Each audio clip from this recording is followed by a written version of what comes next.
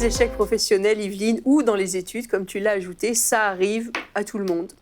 Et les gens qui n'ont jamais connu d'échecs sont soit très très jeunes, ou ils n'ont pas encore eu le temps d'y goûter, ce qui est très bien, ou soit ce sont des menteurs. Les échecs font partie de l'apprentissage du cursus normal de l'être humain, et ils ne sont pas un problème en soi. Ce qui pose un problème, c'est quand on est tombé et qu'on n'arrive pas à se relever, ou alors qu'on se relève mais avec la peur au ventre de retomber encore et d'échouer à nouveau. Et ça paralyse beaucoup de gens. La notion d'échec, et je l'ai souvent dit, est très culturelle. En France, en tout cas dans la francophonie, on a hérité malheureusement de cette conception de l'échec. Quand tu as échoué à un examen ou dans ta profession, dans ton entreprise, tu es stigmatisé, tu es mis dans la catégorie « c'est planté ». Et alors que dans d'autres cultures, par exemple en Amérique du Nord, où nous nous trouvons ici, on apprend à voir l'échec d'un autre œil. L'échec ici fait partie du processus normal d'apprentissage et ce n'est pas une honte, au contraire, de trébucher.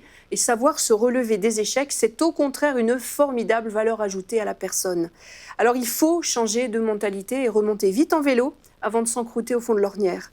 Et pour encourager tous ceux qui nous écoutent et qui passeraient en ce moment même par ce qui pense être un échec, la première chose que j'aimerais leur dire, c'est « Es-tu bien sûr que ce que tu vis est un échec ?» Et sur quels critères te bases-tu pour juger que tu as échoué ? Parce que bien souvent, on se rend compte que ce qu'on qualifie d'échec est jugé sur des critères humains et non pas divins. Quand Jésus était cloué à la croix, beaucoup se sont moqués de lui et ont jugé que c'était un échec, alors que c'était la plus grande victoire qui ait jamais été remportée. Quand Paul était en prison, on aurait pu considérer aussi qu'il était en échec par rapport à sa mission que Dieu lui avait confiée. Pourtant, il chantait des cantiques d'adoration dans sa prison. Alors, quoi que ce soit qui nous arrive, il faut toujours garder les yeux sur le fait qu'on a un statut privilégié d'enfant de Dieu et qu'on ne remet pas en question sa royauté parce qu'on passe par un temps peut-être un peu plus chaotique.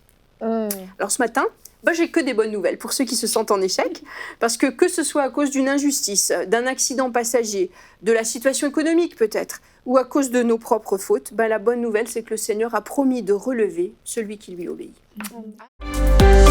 Retrouvez la suite de ce programme dans l'émission Bonjour chez vous sur ENCI TV.